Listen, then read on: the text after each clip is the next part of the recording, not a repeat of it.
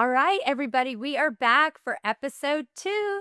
We are so excited to do another one and really get talking today. So, like we said in the first episode, we don't want every episode to be just only about our autism journeys and our autism stories. But for the first few, I think we're going to start there because that's where most people know us from. And that's how we landed here. Exactly, and that's how we got to know each other. So we're going to start with our diagnosis stories, and I know we touched on them a little bit in the first episode, but we're just going to go back to the very, very beginning before we knew that this was going to fundamentally and completely change both of our lives, which it did. So am I elected to go first? Yes, Okay. like, I did. We talked about this before, so I got elected to go first. So Tanner was born in November of 1998. Taylor is older. My daughter, Taylor, she was born in 96, and Tanner had absolutely nothing that would have ever made me think that anything was going to be amiss. As in, he was a 7.5 pound, 22-inch, big, strapping, healthy newborn. He nursed well. He was an extremely healthy baby. He grew incredibly fast. Tanner actually hit all of his milestones, if anything, on the early side. He sat up at 6 months. He was crawling by 8. He was walking by 10. And I know a lot of times with autistic kids, they'll say there were a lot of delays, like from the get go, or they were maybe a poor feeder or had a lot of sleep disturbance, or lots of maybe little telltale signs that were happening in infancy that they later realized, oh, that might have been my tip off. Well, for us, it was not that way. Tanner was, if anything, the first 7 weeks, it was a little rough sleeping, but once I got him on a schedule, he slept like a champion. So, needless to say, we're going through life with our, toddler daughter who is extremely precocious and early talker, and our adorable, precious little boy. And it was about the winter of 2000 when Tanner was turning 2. He turned 2 in November. And we went on a trip to Illinois to see my family for Christmas. His birthday's in November. And I'm not going down this path, but I will say this always stands out of my mind. Tanner had gotten a really bad head cold. It had some fever, just some kind of viral sickness. And it had turned into what we think was a sinus infection. He'd gotten his 2-year-old vaccinations, and then we put him on an antibiotic, in very close proximity, because we were getting ready to go. I really tried to avoid antibiotics at that time as much as I could and just let things work themselves out. But I was concerned we were getting ready to make a cross-country trip. He was young. I didn't want him to be miserable. So we just had his 2-year-old vaccinations, and we put him on an antibiotic.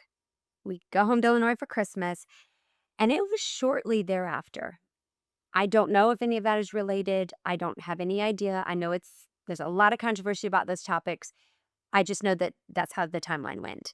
And it was pretty shortly thereafter that I just started to notice. The first thing I noticed was a definite change in affect. He was a smiley, engaging, bright-eyed, happy, sunny little boy. He just got much more serious. His whole expression range of expressions became much more flat. Um, he seemed kind of lost. He just seemed a little bit spacey and lost a lot of the time. Like I would have to call his name twice, or you'll get right on him and touch him to get his attention. And I remember just little warning bells going off in my gut and just thinking, something just feels the tiniest bit off to me. But life was moving fast. We have these little kids. We were getting ready to build our home that we live in now. And I just kept pushing it to the back burner. At that time, we were involved in lots of play groups. We were young moms. We were all doing everything we could to be social. And beyond the change in affect and the little bit of demeanor change, I started noticing at play groups that if all the other kids were on the swings, Tanner was walking to the slide and just doing things like pouring dirt down the slide, which is not in and of itself an abnormal activity for a little boy. It was the way he did it, and the fact that he seemed so lost in it. Methodical. It was methodical, so methodical, and he just kept doing it, and someone would call his name, or a little kid, and if a little kid came over, rather than looking at them excitedly and like, "Here, you take a Lots of experience yeah, there. let's jazz together," he would turn and go somewhere else, as if the other child's presence was, just a little bit abrasive to him. Interrupting. Yeah, and he just didn't like it. He also had these little we were a farm family. He had this cute little set of John Deere tractors, and he would lay on his side with one arm on that one head, his head on that little arm, and he would take them and he would just roll them back and forth. Again, that's not abnormal for a little boy to do, but then I'll never forget it. I can see him. He would just wait in there. He'd do the roll about 3 or 4 times, and he'd pick it up. His eyes would follow it, and he'd bring it back down, and then he would do it again. And I remember just thinking, wow, he is intense. Maybe I was like, he's going to be brilliant. He's going to just be, he's like going to be an engineer. Yeah. Prodigy. Yeah. He's going to build these tractors someday. He's looking at how it's made. But it did something in me. And I just thought it seemed odd that a little 2-year-old boy was that intent on this I was a little tractor, like he could hold in his little hand. So those things were happening and, but we're just going through life. We would go into, well visits and, checkups with the doctor. And Tanner never lost language. He was still, acquiring language. He was talking. He was making his needs known. He was calling people by name. Um, he was looking at us. And so we'd go for a short 15-minute doctor visit. And I mean, and not in any way saying the doctor should have known. He just flew under Yeah, the radar. yeah, he just flew under the radar because he could talk. He could answer questions. He would behave appropriately. He was very warm and affectionate with me always, and with Mark and with Taylor. And so there were just little things that were just making me feel uneasy. So that we kind of just stayed right there for a while. And then I started noticing that when I would leave him, church nursery, I was a stay-at-home mom, so I was home with him most of the time. I worked a few shifts a month as a nurse, but not a lot. And when I worked those, Mark would be with him. But I remember when I would take him to church nursery or to a playgroup setting or any kind of babysitter, he would cry. And I'm normally not the kind of mom who would like coddle or put up with that, but it was like this heartbroken, like he really believed I was never coming back. And it was just so sad. He has the prettiest hazel eyes, and his eyes would just well up with tears, and he would just hold out for me. And then he had this little blanket. It had a Noah's Ark pattern on it, and he called it his lovey. And then he would just kind of give up, and he would just hold his lovey and just suck his thumb, and he would just look so pitiful and sad because, a couple of times I would come back and the church had a little mirror door you could look through to make sure he was okay, and he would just be sitting in the corner by himself, just, like, sucking his thumb and holding his lovey, but not playing with anybody, and I kept thinking, "What is going on? Like, why is he not social? What is happening?" So we go through these things. I'm, occasionally mentioning stuff to the doctor, like, I'm a little concerned. He's not real social. He doesn't interact real well with other kids. He's pushes interaction away, if anything. I just feel like something's a little bit off. But again, he keeps flying through checkups. And physically, he's a big, strapping, healthy, eats well, sleeps well, no sign of anything. And we're like, no, he's just not going to be a talker. He's got a more reserved personality than Taylor does. Don't worry. And not to say that anyway, I was not pushed aside. It was logical. It was logical for someone that didn't see him all the time. So we go through that. And the next thing that I noticed that was during the days of Was he VHS. doing any, like, repeating your words or tippy-toe walking or anything? Did he have any other You know what? At that time, like, he was tiptoeing a little bit. It wasn't prominent for him. That wasn't a huge one Okay, for him. I'm just curious. Now that I look back, it was a little bit. Okay. Like there's a few videos and stuff that I took, and he does come up on those toes a lot, but that wasn't like a hallmark one for him. Same. After I started to notice those little subtle things, and then it was kind of like 3 really significant things happened. He had a shirt that had a picture of a tractor on it, and he had another shirt that had a little airplane design on it. And he got like, and Tanner still has a lot of issues with OCD to this day. He got just obsessed with those 2 shirts. He would wear nothing but those 2 shirts. So he'd wear one, the other one would be in the laundry for the next day. And we would flip-flop those 2 shirts. And he would scream and just get just panicked almost if we tried to put any other shirt on him. And that's when I started thinking, okay, whoa, whoa, whoa, whoa, whoa. This is not normal. And like I said before, I normally would not have put up with that from like a little I would have been like, no, you're going to wear the shirt I put on you. But it was like this mournful fear. It was like fear of any other shirt. And Mark was like, let him wear the doggone shirt. It's not going to hurt anything. Just, it's a phase. He'll come through it. Let him wear the shirt. So we sort of let him wear the shirt for a while. And then I started noticing this was the days of VHS, which a lot of people listening may not know what VCRs are, but that was when we used to watch a movie. They all, yeah, big old tapes, but they have a big, thick cover. It looked like a book. And he got very, very, very obsessive with Land Before Time, dinosaur movies. And he would sit with those VHS covers and just he would study them like he was studying, like, to take the bar. I mean, he was I mean, he would hold them, he would turn them, he would just stare. We'd ride all the way to Columbia, which is a 45-minute drive, we went all the time, and this little two-year-old sitting quietly immersed in a cover.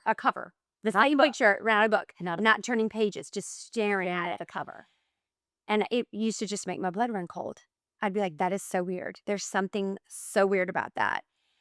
And then shortly thereafter, when I started noticing that hyperfixation, the obsession with the shirt, the hyperfixation on the video covers, that's when he started to stem and he started to flap. And for Tanner, he did a lot of really rapid hand flapping by his ear, and he had a lot of like twitching and jerk. Yeah, yeah, a lot of very ticky behavior. His gaze, I always feel like his peripheral vision is stronger. I don't know this. I've never had it proven or had, an eye doctor tell me that. But I feel like he sees things very acutely out of the corners of his eyes. And I felt like he was always kind of looking to the side and he started to flap. And I remember I would take his hand and I would put it down and I would, "Hey, Tanner," and then he'd look at me. Interesting. But the minute I would leave him alone, he would start to flap. And I remember I would always just feel like nauseated. Like I would look at him and I'd be like, "Why is he doing that?" I didn't know what it was. And so we were at a gathering. We were actually at a tailgate at a Clemson game. And it was just a community friend. And she worked in the education field. She worked at the technical college near us. And she had a daughter Taylor's age. So that we had gone to the game. All hands are playing and running. And he's not playing. He's off by himself looking at his tractors, kind of staying away from everybody, or Mark was holding him. And I was speaking to this friend, and she teaches in the early childhood education department at our local technical college. And I started saying, "Jody, obviously this is my first little boy. He's doing some things that I'm finding kind of odd. I just, I don't understand." And I started listing off everything that I just described. And I'll never forget, she looked at me and she said, "Nikki," she took my hand. She was like, "I don't want to upset you." She goes, "But it sounds to me like he's autistic." She said, "That sounds like autism." And and it was just like, That's a hard thing for a friend to come out. yeah, I mean, that was kind of brave on her. it was. Because you could have really flipped out. Gotten upset. And I said, So you're at a tailgate. we're at a tailgate. And And what's he doing? Is he playing there? yeah, I think he was doing what he was always doing, removing himself and playing with the little toys that we had brought for him, or Mark was holding him. One of us would hold him or whatever, because he didn't want to be with all the other little kids. And I looked at her and I said, what do you mean?" The only association I had for autism was the movie Rain Man. Is Literally, that was the only thing I had to compare it to. That was the only thing I'd ever seen. yeah. And I was like, "No." I was like, "He talks. He doesn't look like anything's wrong." I said, "He's fine. There's no way. This just has to be, some kind of And don't nervous system thing." teacher? Yeah. As a teacher. She was our professor. And she said, "I'm not saying that he is." She said, "I'm just saying, why don't you get some videotape of these behaviors and take it to your pediatrician and just let them look, and maybe let's just research a little bit." And honestly, it was the kindest thing she could have done. In those days, we didn't have a phone to whip out, and you didn't video everything. No, you had a camera. You had a camcorder. And we did own a camcorder. And I was like, "Oh my gosh, why didn't I think of that? That's brilliant." So I started just taking little recordings of his behaviors and took it in and gave it to my pediatrician. She watched it and she called me immediately that night. And she said, "Thank you for this tape. I needed to see these things. I had no idea from what the things you had mentioned that this is." Or just his office visit. You're right. Right. It was just, yeah. She said, "And the things you said in office visits, I did not envision what you're showing me on this videotape." She goes, "We need to start evaluation immediately." She said that there's definitely something going on here. And it was just like, yeah, it's awful. I can't even. It's a punch in the stomach. It is. And it's a shell shock feeling. It's like, you can't believe it. Like, you cannot believe the words that are coming out of someone's mouth. And you're looking at your little child. And I think, and I don't want this to sound at all like callous in any way. It was my reality. And I think it was very close to yours.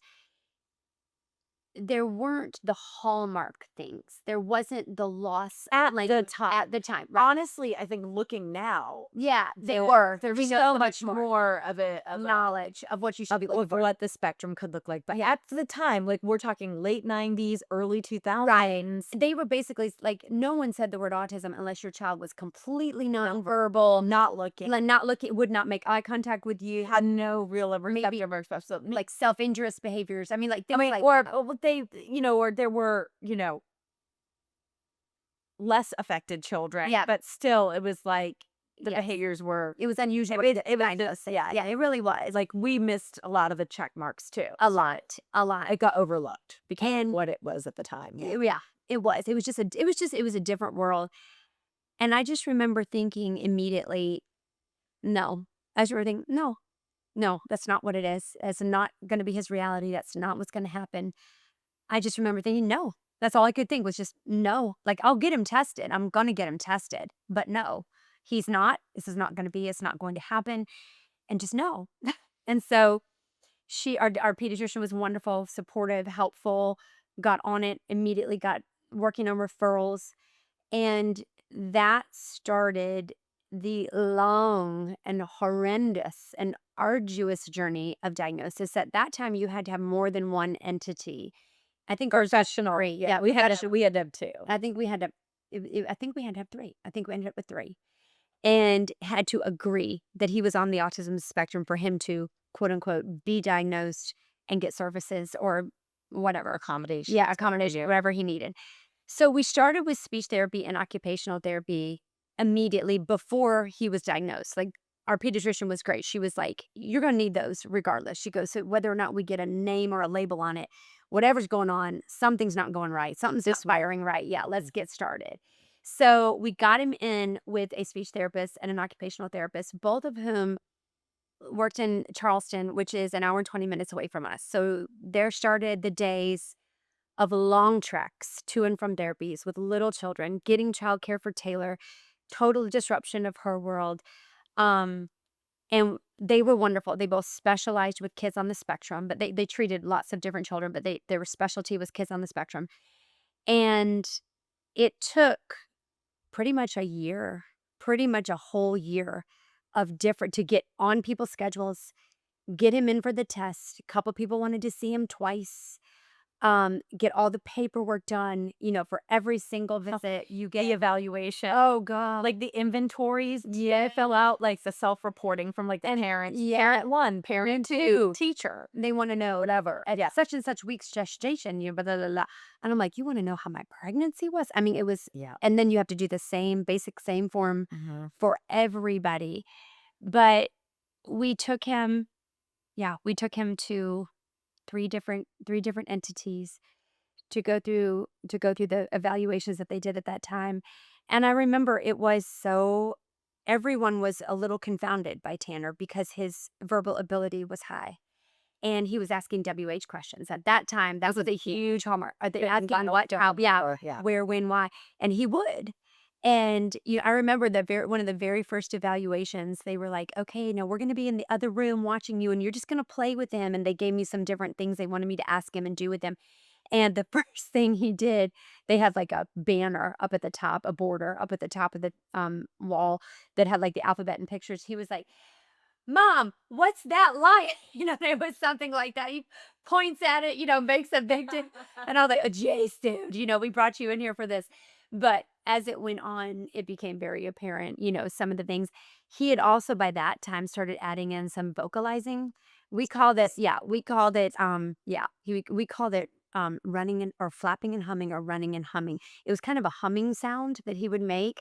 It's kind of in the back of his throat. Yeah. And then it was sort of like a dull, like a white noise kind of sound. Like he just needed to hear something vibrating. And then he did a lot of squealing along with the flap. And then, all the eye aversion and the tick. So we went through all the diagnostic process with all these different doctors and clinics. And at that time, Asperger's syndrome, which is not even a relevant diagnosis anymore, was the diagnosis that a lot of people were getting. One entity wanted to call him Asperger's syndrome, two said high functioning autism. So Which I don't even think they say that I don't anymore. they say It's like levels, yes, and honest, that's the part where we admitted we don't know what's right. current. Yeah. I don't know what level tenor is. I never leveled. No one ever called him a level. I have no idea what Had him yeah, give me I that. haven't Yeah. I have not had tenor reevaluated. I don't know where he would fall today. Um, but, when we got the final paperwork, Kind of doesn't matter either where and they are today. to me, it does not There matter. we've got two Yeah, amazing gentlemen that are contributing members. This is like yeah, it doesn't matter what even before Netflix, they were contributing members. absolutely. So Doing so much, yeah, so done come so far. happy full lives. Yeah. But, it was probably just one of the darkest seasons of our life. I think Mark and I were functioning just kind of from a place of like controlled panic, like we have to keep it together. I did forget to mention during all this time, I had gotten pregnant with Madeline, Midge. And so I'm pregnant, during all this. During his test. Yes. So and then she was born kind of in the middle of it too.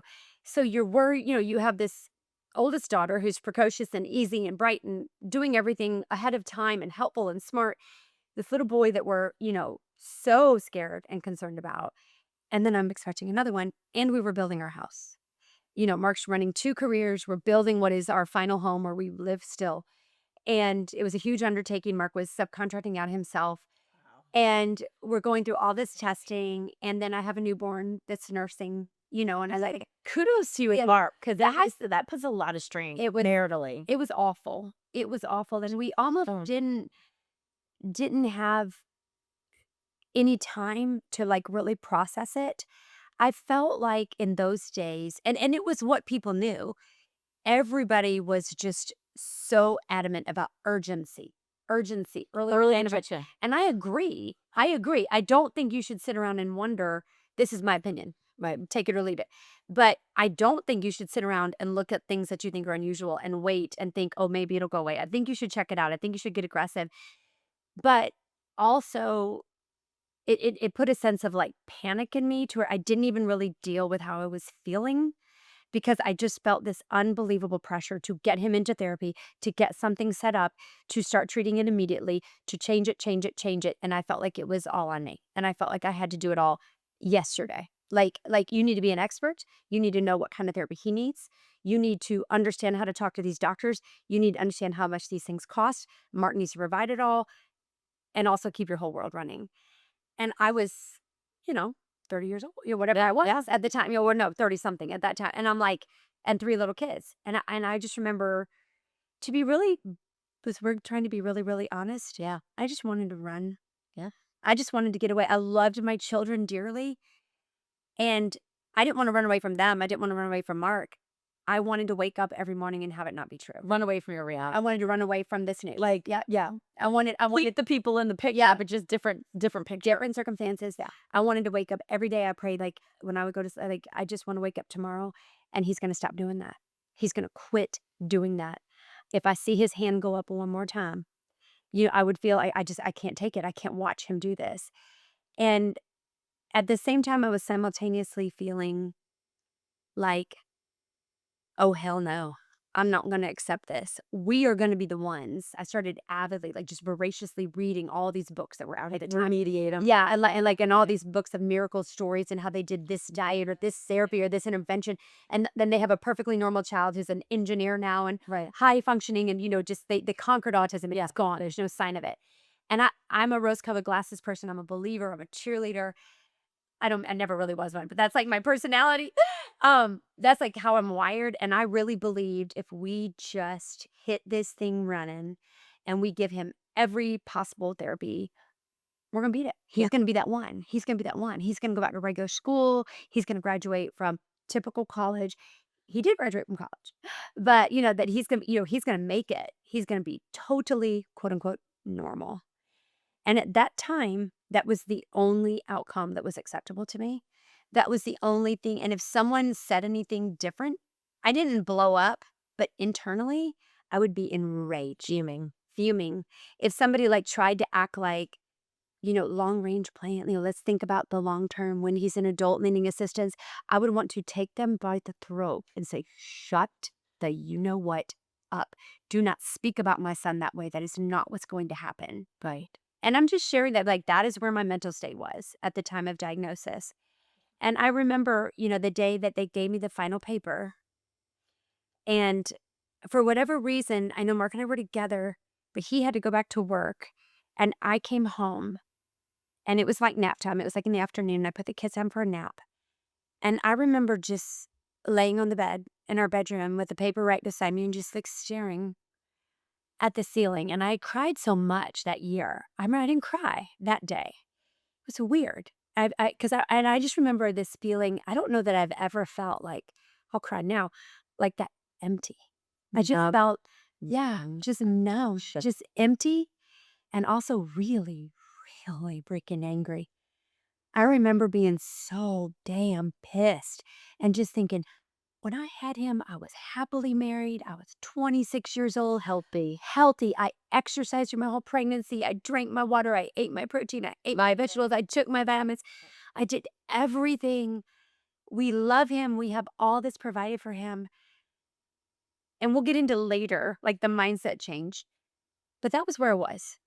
Yes. So if you're watching this or listening to this and you're the mom that's getting that news and you're hearing those words or you're reading that on the piece of paper, and I just remember saying or seeing high functioning autism at the top line and then looking at him and you just think, this can't be what's going to happen to him. This cannot be his life. And I remember quite frankly thinking, I don't want to go to therapy. No. I hate therapy offices. I hate clinics. Yeah. I don't want to talk to an OT. Yeah. I want to take him to kindergarten. I want him to go to school with his little buddies. I want him to be on the little league Yeah, team. I want him to play baseball. Yeah. I want him to play flag football. Yeah. I don't wanna go. This sucks. I hate this. Yep. I'm mad, and this isn't fair. Yep. But not one of those are all valid emotions, and those are it's okay to feel And that that's way. the thing too. I think like right here's a good place to stop and think about Uh, like if you are a younger mom or a dad or a couple that are you are just getting this news or you're getting your friend going, hey, maybe you should yeah, X, Y, or Z for your kid. And we didn't have all of these podcasts, social media. We didn't. no, And nothing. it's like, I remember feeling really lonely. And Yeah, that's what we're here. We want to be your big sis hug right yeah, now and just yeah. be like, it is okay to feel all those things. It is okay. It is okay to feel all those things, and you're not wrong, and you're not a bad mom, and you're not you don't you're not a bad parent. You don't dislike your child. You're it's because you love your child so much that you just can't. And it's also fear. I mean, just that mountain, like you feel like you are standing at the bottom of this mountain that is just and you have no idea where the top is. Like you can't even see the top. And you're just like, I gotta climb it. I gotta do it. I have no choice. And so that's what diagnosis was like for us. It was horrible. It was rough. It was about a year. By the time we finally actually got the piece of paper, it was right after you turned 4. So, all this started at like that 2.5, and then we started working with our pediatrician, then we went on the therapies, and it would take months to get appointments, and then we'd wait for this clinic and that clinic, and then they would take another 2 months to get the report back, so all this stretched out over, like, those 18 months. So that's how he was right shortly just after 4 when the actual word came back, and that's when and we'll do this in a further episode, what therapies we then started. But that's how I felt, and I just wanna put it out there that if that's how you're feeling, it's okay. It's okay to feel that way, and it's normal, and it's natural. I think it's kind of And allow it yeah, yourself, yeah, even though I similar and I felt so bad, but I would say allow yourself those feelings yeah, and work through them because yes, you do come out on the other side, but I think you have to go through you all of do, the lows you do. and feel them and I know Those similar intense emotions, but we'll get to the light bulb moments that changed all of that and this self-realization, which I think is such a huge part of being an autism mom, is you start to realize how much of all of that is about your internal state and getting right in your own heart as you parent that child. But that's for a later. So, your turn. right. Tell us about Connor. Okay. Well, I think a lot of you, like, I don't even remember how much I would have covered in the first episode and have we talked about kind of who we were before and how we got to where we were. But, really quick, from episode 1, I did work at the New England Center for Autism, Yeah. which is now New England Center for Children, and, I did have experience around autistic children. You sure? That's what I was all around. I mean, I was a So Amy, yeah. yeah, so I was in the intensive pre-K, nonverbal, high behavior classrooms with parents who were newly diagnosed. So this is what I did. Yeah. I was an ABA therapist, and I did respite work for families. We had a family who had twins, boys that were pretty affected, Yeah. and their therapist and I would help on weekends so they could have a date night and just relax. Wow. Before I had kids, so then you all know from episode 1 from us, which, I had a lot of fertility issues, Yep. and all I ever wanted to do was be a mom. So Connor is my first child. I'm no longer with Connor's dad, but he was our first child, both of us. Neither of us had a kid. We tried really hard to have kids. A lot of heartache, a lot of miscarriage, and then fertility treatment, and, that puts a massive toll on a marriage. Oh, It just without being too funny, it takes all the fun yeah. of, like, and it Yeah, really for sure. does. You almost start to feel like a science project Yep. and not so much, It's not romantic. no, but we wanted to be parents, and so then we finally get blessed with this beautiful little boy, so giant brown eyes, big round head, just amazing. Almost very similar to Yeah. Tanner's story, kind of, like, talked early, was looking at us, Yeah. 2-word phrases, had receptive language, like, "Go get your shoes," yeah, "Go get his shoe." I mean, like, and I'm patting myself on the back like, well, basically, I've given birth to Einstein. There it is. Look at this smart, Here's precious this angel. beautiful gift, right? Yes. And then started the behaviors that, I caught. I would say it was around anywhere from 15 to 18 months. So really early. Yeah. Yeah, but I had been working in the autism field, so I saw the methodical lining up of toys that probably got off people's radar. Yep. I saw the isolation at playgroups. He did not need anybody to co-experience share. He didn't want to experience share with anybody. He didn't need if you were there, That's he didn't share with you, but he was also quite content, and he did this with kids, relatives, and to the naked eye or like other family members, everybody just sort of found excuses for it. Sure, bothered me because I knew. But however, still really, really just kind of thought, and this is weird, I think we're both Christian women. Yeah. We have a strong faith in Jesus Christ, and that's where we come from.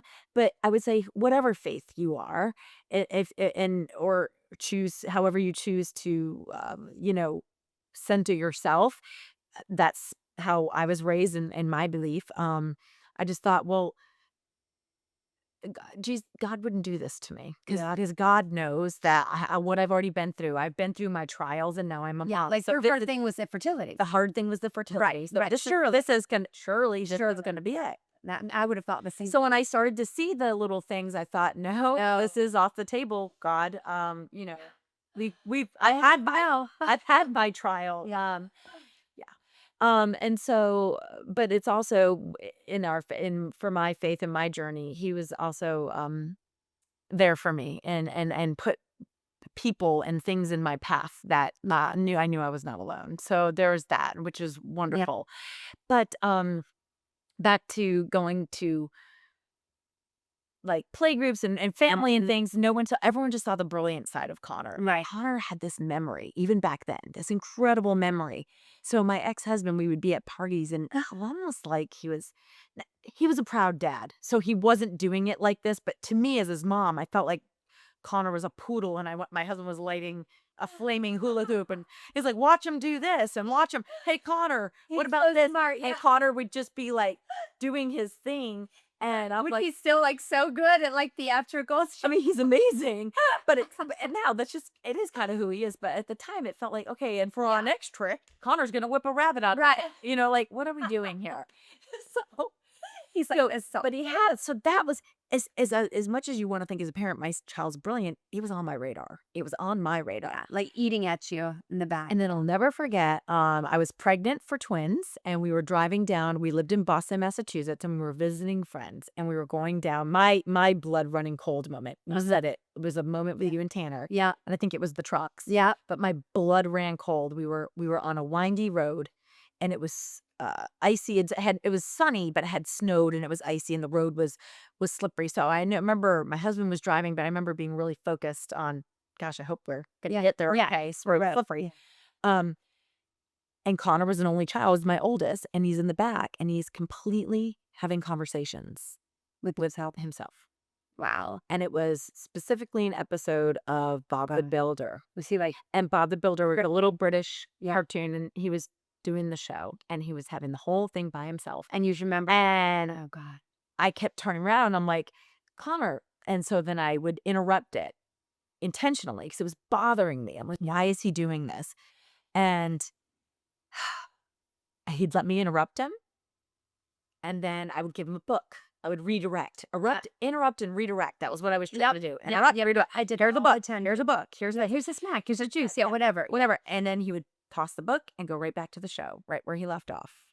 And I remember thinking, that's when my blood turned to ice. I was like, this is not okay. No, I knew it was called echolalia and delayed echolalia. I mean, I knew all the words. And so I started to just approach my husband with, do you think? And so I think you guys know, in a nutshell, I met a lot of resistance from him and started to go to doctors and met a lot of resistance from doctors. To the point where my husband at the time was like, I kind of think it's you. And I think there's something called Munchausen by proxy. Yeah. Yeah. And Like overthinking. and he was putting it on like, him. Yeah. you have an issue here. Like you know, this is all you know. This is what you think. And thank God I didn't entertain that for very long because I got pretty sure of myself. Yeah. And it was then Connor started preschool. Yeah. And I sent him to the preschool. I had no reason, based off of everybody else's observations, not mine. I believed that he was on the spectrum. No, and I was all by myself. I sent him to preschool, and it was the second or third day the teacher called and was like, you need to come in here. Like, this isn't going well. Wow. He's doing this, he's doing that. It was like stimming, and so she was And not engaging. not engaging, inappropriate with the toys in terms of just doing what they weren't there to do, Right. using toys for stims. Yeah. So that was a moment of just splash in the face, and then and that's when I was still living in Boston, and I went to Boston Children's Hospital, didn't get help there, so I felt so confused because I feel crazy. I knew my gut. I felt crazy. Yeah. My gut, I knew something was going on. I couldn't get a doctor to listen to me. Yeah. His teachers knew something was going on, Right. but Dad still wasn't on the team at all. Right. And then we moved to Atlanta, and then that's when I think you've heard my story a few times where I'd now had twins, I had all these other kids, and so now I'm an instant mother of 3. I'm just turned 30. Right. I've got 3 kids, and actually I wasn't even 30. I was 29, and all this started happening. And so we get down to Atlanta. A couple of years passed by, and I was at the pediatrician for the twins, and you've heard the story. And long story short, Connor was walking on his toes, doing his story, and finally the pediatrician said, I see this. We need to get him tested. So she started with the referrals for a developmental psychologist. Yes. We did that. Yeah. And then I found just another psychologist who actually had a son on the spectrum, but didn't. And we had them separately, independently, not even knowing. Yeah. We did, like you said, you fill out these inventories That were like testing 27 pages long. Right. And I remember we all had different, and I had to share one with his preschool or his daycare provider if he had one. Both parents had to report, and they took all of this and mushed it all together with their own observations. And ironically, we got everybody, the 2 doctors in Atlanta gave us the diagnosis on the same exact day, and it was a Friday afternoon. If that was a fluke, that's just sort of happening that way. Yeah. And you said Mark was at work and you went and laid down in the bed. My husband and I found ourselves at a Mexican restaurant with a pitcher of margaritas. Yeah. were, Like, oh my god. oh my gosh, and I think it was more just shock. For me, it was the shock that I was right, Yeah. and he was now 5. Yeah. So I Exactly. told a 5-year story really quick, but he's now 5 years old, and, all I knew was early intervention, and what I was there in my initial And job feel at that college, yeah. and those parents were getting services, and I've blown 5 or, whatever, 3, 4 Right. years, whatever I felt like it was, of seriously helping him. So, anger didn't even scratch the surface. Yeah. Mostly angry with myself.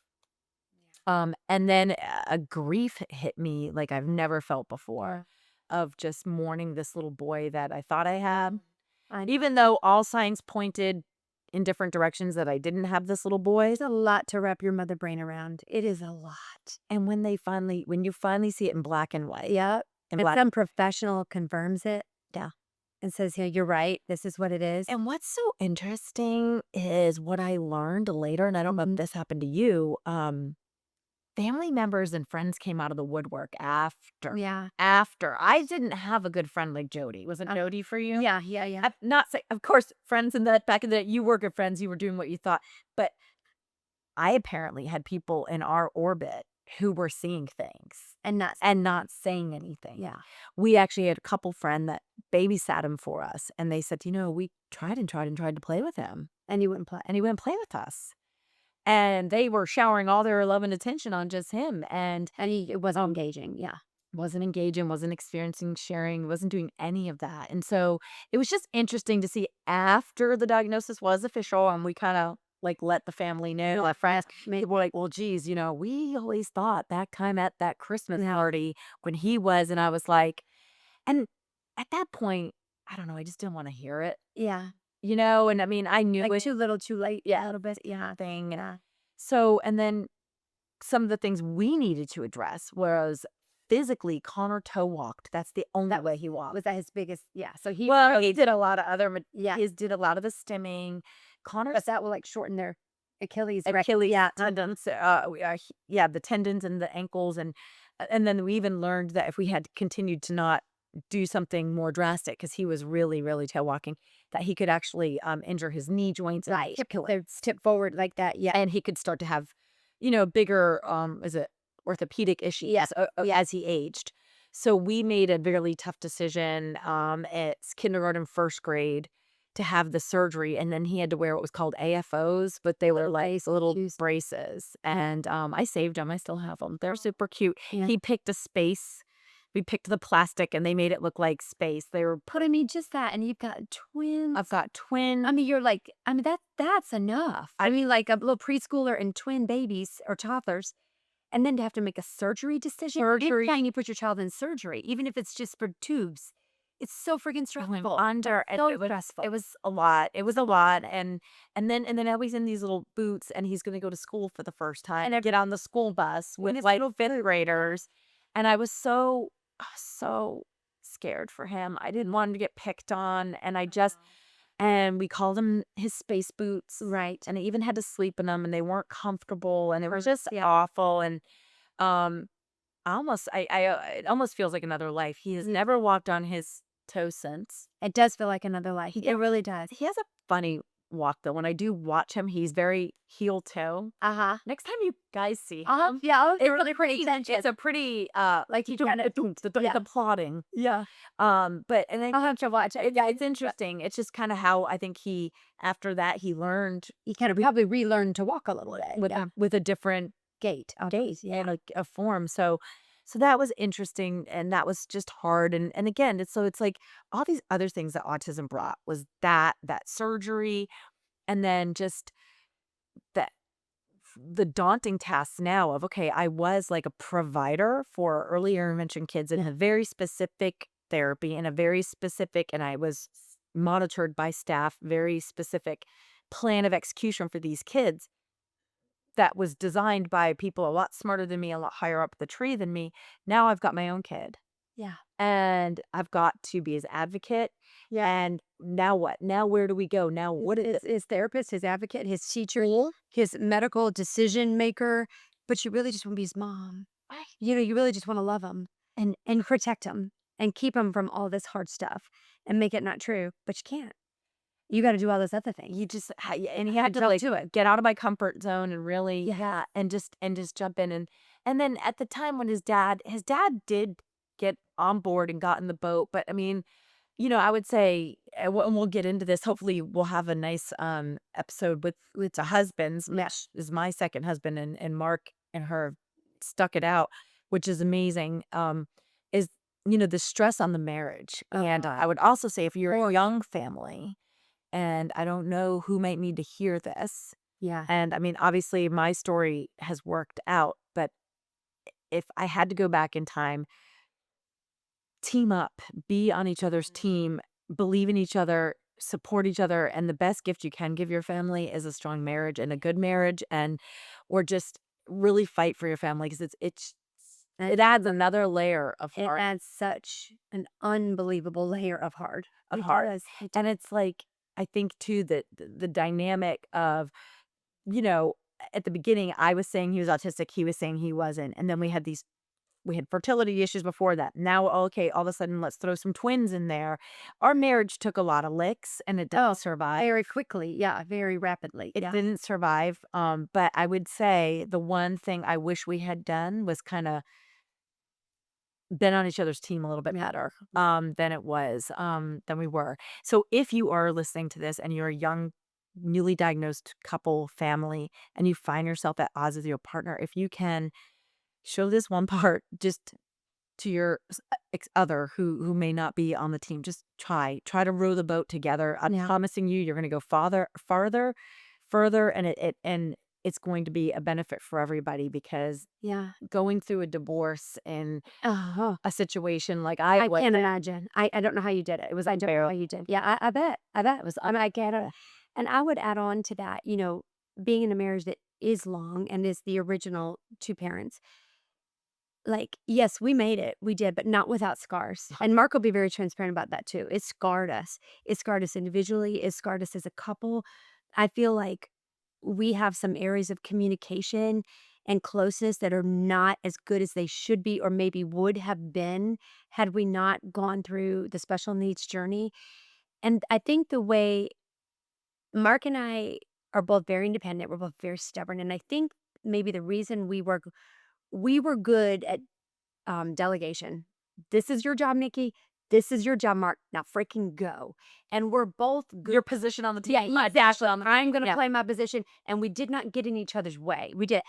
But I will say, where we failed, and we failed big, was emotionally holding each other up.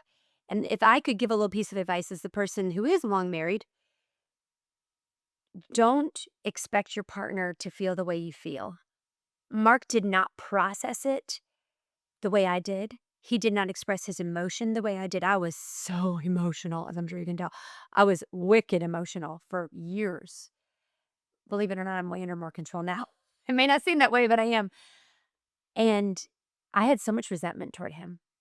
And I harbored it like, and I've had to ask forgiveness, and I still need to do better, letting him know that I appreciate everything that he did and that I'm so thankful that he stuck with me and that he loved us and provided for us and never threw in the towel.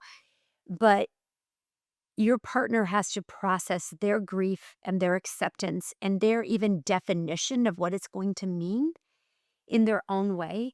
And you can't hold it against them. And they need to extend you the same grace. You know what I mean? They need to, if you're a crier and they're not, they need to let you cry. I'm You know what I mean? listening right now too You know, because I didn't make it. you So know, and like, so I mean, like, and that, in looking back, it was not Mark's job to fix it for me. Mhm. And I think I was somehow holding that over his head. It wasn't conscious. You know what I mean? I didn't consciously think that. But I think I kept waiting for him, to somehow have the answer or Lead your yeah, family yeah, out of it. yeah, Yeah. somehow that wasn't his job. He did his job. He did it beautifully. He provided like a rock star. He worked his ass off so that we could maintain a very comfortable, wonderful life and provide for this child's unbelievable amount of need. And it was incredibly financially stressful, but he did it. And and I have to think I wasn't looking at him as an individual with needs at that time. I was just looking at him as my teammate and like, help him. You're his dad. Help him. Help me. Help him. And I know it's a huge tall order. Such a tall order to remember to put your spouse first, but I did a really shitty job of that. I really did, and we somehow made it. Yeah. Somehow we still made it. I guess we forgave each other along the way, and we had some rough years. Yeah. We've had years where things have been tough. We've had years where we have not been in love, and he'll say the same thing, and it's been rough. And but if I could go back, if you're listening to this and you're there, just remember your son or daughter is going to grow up. They are, and you might be shocked at how independent they become. Yeah. And hopefully, your spouse will still be there. And don't let this, don't let the way they handle it or the way they don't handle it, I'm talking, of course, within the realms of still being responsible, you know, don't define their journey for them and they shouldn't define your journey for you. Give each other a lot of grace and just keep talking. Don't assume how they're feeling. They should not assume how you're feeling. Get it out. There's just so many things I would And that's the definitely. thing, like, for me, and again, I think I want to caveat with Yeah. you're saying as long as you're within the, like, not being in a healthy, not abusive relationship, which Right. I wasn't with Connor's dad. I think by the time Connor got diagnosed, I blamed him. I Yeah. blamed him. I Yeah. was so mad at him. Like, Yeah. we would be so much further down this road if you had just listened to me. If you had a And you didn't yeah. believe me and you didn't listen to me. And that just turned into such a, instead of being like next to each other, shoulder to shoulder, we just became like Mm-hmm. head to head. Yeah. And we just, I couldn't forgive him. And I don't think no matter what that poor man did or tried, he could climb out of it, the hole that I had dug for him. Right. And And don't you think there's so much grief and anger and it's got to go somewhere? It's not going to go to the child. no. It's not going to go to your child. You love your baby. It wasn't for me anyway. Yeah. You're not going to spit it at the, caretakers, your, Right. girlfriends who are helping you. Who's the likely person that's going to take it? Your spouse. I mean, it's so easy to do that. And it's just too, I think, like, what, we're in our late 20s, early 30s, so there's not a lot of, I'm not saying we were babies, but, there's a lack of maturity. There's a lot and of maturity, a lot and of it's like, experience. I look back now and actually Connor's dad and I have had a phone call or two over the years. I'm not saying we're all hearts and flowers all the time, but he has said to me on more than one occasion post divorce, Yeah. there's no other woman in this world that would have wanted to be the mother of my kids. And he has said that to me more than once. Nice. So, I think and now it's interesting, I think, but, where we've landed and where we've had to just get out and carry on with life and, as a broken family. Um, he got to define a role for himself with Connor. Yeah. And I see that getting better and better Yeah. over the Yeah, years. Connor Which loves is, him. Yeah. he loves his with his dad now, and He's with him today. Yeah. I mean that's so good. I mean it is good. I just think, if I could go back and tap yeah. that, 29, 30-year-old on the shoulder, gosh, what I would tell her. Oh, Put my ego, my anger down, or just or Yep. go work it out in a healthier way than I did. me too. Me So too. just I would say I think whether you make it or don't, it's going to be hard. And just, it's going to be hard. a It's lot easier to stick it yeah, out. it's not undoable, but it is going to put an unbelievable extra strain on your marriage and holding that so dear and so, just as the most precious thing. It is so hard to clearly see the importance of that when you're in it. When you're It feels impossible because all I could think about was the children. and I remember just even when I was so mad at his dad, I didn't even almost want to be in the same room as him sometimes. And that was just not, it was just a lot happening in a short period of time. Yep. Sounds like you too. And Oh, yeah. I think at the end of the day, we just need to, like I said, give each other some grace and try to, just Not put unrealistic expectations on that give partner. yourself that grace. Yes. And like I said, we both want you to hear it from our mouths. Like, I looked at Connor and would be in sheer fear and panic Yeah. over not even just, I wasn't even thinking about his adult life for a while. Me either. I was thinking about, is he gonna get bullied? Yes. Are kids gonna beat him up? Or, is he gonna be picked on? Is he gonna be alone? It was that I couldn't even stomach allowing myself to picture middle school and high school. Well, I was thinking so much of all the loss too and feeling very taken from and feeling very unfairly burdened. I was thinking of all the things we weren't going to do, all the things we weren't going to see. And I would, just through the school years, all the things he wasn't going to be able to do. And I remember feeling literally sick at the thought of having to go to a special school. And I feel so bad looking back now. Like, why did I feel that way? Because those places, I mean, they do so much good and such amazing professionals who are just, they're not even, I don't really think the professionals, they're angels with a calling, you know what I mean, that want to work in those fields.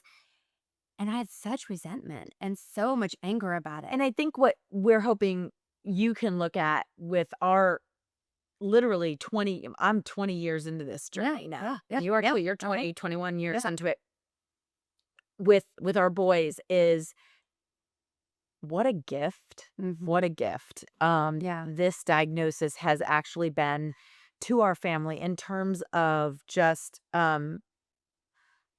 even despite all the tribulations of my personal life, um watching his siblings, watching the Yeah. beautiful souls, and we're gonna do an episode with the siblings that I got to raise because Yep. they had we had somebody in our family who needed a little extra love and Compassion. support, and Yeah. I've got 3 younger children that have the most amazing character, and I can tell you, I know hers do. And same as six other amazing young people that are profoundly Advocate. impacted by having a special A sibling. and it doesn't even just preclude to autistic individuals. My children have tolerance for Oh, very different people, yes. in any way, Yeah. and Soft heart, and servant heart. Yeah. A to helper heart. to have these children be so accepting and just kind and kind and good, and that's what you want, and so what having a autistic human being in our family has done, the people that have come into my life, I have made friends with so many people Yeah. as with kids on the spectrum, and these are women, now you, Yeah. Like the that coolest are like people. Yeah. sisters to me. I mean, I have a friend, Allie, like, I cannot imagine my life without her, and it's like, there are people who have been brought to me, and then just things I've learned, and then just the gift that the lens that Connor brought into our family, Yeah. and sometimes the way he sees the world, and I mean, I do understand, and we are not insensitive at all Oh, no. to you families who have adult children on the spectrum with high behaviors and nonverbal Yeah. skills. And, I'm not saying, but I do believe in, there is somewhere in your life, in your world, in your orbit where you can see somehow that we've been chosen Yep. to raise these wonderful human beings and for a reason. And we need each other as a community. And we also, even though Connor and Tanner Yeah. are verbal and are, doing what they're doing with their Yep. lives, we want to be every bit as much of a resource and support to all the kids on the spectrum and Yeah. families on the spectrum, No um, matter where the functioning. wherever Yeah. you're at and where you find yourself day to day. And sometimes, even with Connor, the way he has presented, there were days where it was hard to find the positive. But I have to Yeah. say, 20 years in, there's been so much more Yeah. goodness and contribution to my life. I have a richer life because of it. Yeah. And when I sit and think about crying Lise feeling sorry for herself, Yeah, and but that's that what it was was. That's what a lot of it was. I I hate to admit that, but it was. it It was was. feeling sorry for myself. Now I'm like, That's kind of thank what you. made us who we are. I mean, really. I mean, like, really, it's kind of it puts you through a fire, and you can let it ruin you or make you come out better. It's And like a diamond, like, yeah, right? It's like a diamond. Diamonds are so beautiful, but they get made under so much pressure and heat and flame and fire, and yeah, and then they come out this beautiful shiny rock. yeah. That's And amazing. It is. we have a couple of diamonds for boys, and I've got diamonds in my life now, Yeah, and I just think, you know, you do. trust the journey. Yeah, and I think when I finally kind of realized there was never another Tanner. Like, there was no, I think for the longest time, I really thought there was some, I hate to keep using the word, normal little boy that was just hiding, masked by this little autism thing that we were going to find the cure for, fix, and kick to the curb. And then the real Tanner was going to stand up. He's not there. He was never there. This is who he is. And when I look back now, I'm like, oh my God, I see it now. And I see where like every little step of the way, even when I wasn't praying, when I wasn't being faithful, like, to God, what I'm saying, when I wasn't being surrendered, when I wasn't looking for the good, God was still providing. He was putting all the right people in my path. He was making situations work out. He was providing the right school setting. And Tanner was slowly but surely becoming who he is today. And now I'm watching God use his life in such amazing, impactful ways. Who might he have been? You know what I mean? Like, No. he was never meant to be He anything brings else. so much joy. Yeah. And and Connor too. I mean, this is who they were supposed to be for such a moment as now. And it's just so, and I know it's so hard when you first get that paper and you think, oh my God, everything I ever envisioned in my life is not going to happen. But then after you live a while, It's not our plan. it's And not, guess what? it doesn't, The plan is really so much better. it is. And And I never thought I'd be saying this. I never thought I'd accept it. I never thought I'd be okay with it. And now I used to cry about like Tanner never getting married. And of course, I don't know if he will, but it's probably less likely than for a typical. And if he does get married, there would be a level of assistance that they would need. And that used to literally make me want to vomit. And I thought, I'll never be okay with that. I'll never be okay with the fact that I won't go to his wedding or that I won't have grandchildren from him. But now I'm like, maybe that's not his role. Maybe that's not what God had intended for him. Maybe that's not how he's going to impact the world. And what I'm realizing is that was all about me. That was all about me. It wasn't about me really thinking about how God was going to use Tanner to impact this world in a positive way. It was about me thinking about what I wanted from Tanner. from Tanner. Yeah. And that's huge. That is huge. And it's so flippin' hard to let go of it. It's so, I feel too so lucky that, again, we both are on this wild ride and we're here because the boys were put out in front of a global Yeah. stage on this show. And the reason we're specifically here is because a lot of you out there have asked for us Yeah. to step kind of forward Yeah. and talk and talk about, Yeah. okay, we see you and we see them, so how did A go to Z? And Yeah. so that's why we're here. We're here because of pretty big requests Yeah. that you want to hear from us. And so we're happy to kind of come out and Yeah. do this and talk about, again, whatever you guys are going to want to talk about and bring you some cool Yeah. stories. But at the end of the day, I feel so glad that I get to share Connor with all of you, and you get to see the absolute cool dude that we've been able to hang out with for 25 years, and now you guys are going to get to enjoy him. And hopefully And get some, seriously insightful facts along your way. history. Yeah, you got it. You guys And maybe with a little British flair. And you want to hear some really weird OCD dinosaur facts, you'll get those from us. We would love that. I mean, Tanner just, I was just really quick story. We had, we're at, my home, and we had Tanner over. We'd promised to take Tanner to eat at this restaurant, and we had Tanner here for lunch earlier. And I had a pretty rough morning. I'll just say that. I had some, just, life, just personal stuff going on in my life. And I literally, it was about 20 minutes before they got here, and I said to my husband, I said, this really sucked today. This little thing happened. And I said, the best thing that I'm excited, so I'm gonna get a shot of Tanner. That's right. That's what Tanner brings to this world. Like I knew, and I have since Tanner walked through this door, and he just told me how beautiful I was and hugged me, and he loved on me. Cute and beautiful. He's just cute and beautiful. wonderful. And I mean, that's the stuff. So, Yeah. keep the faith. Yeah. I would say, like I told my kids, when we talk about, keep pedaling your bike. Yes, gonna tip over if you don't. Just keep on going.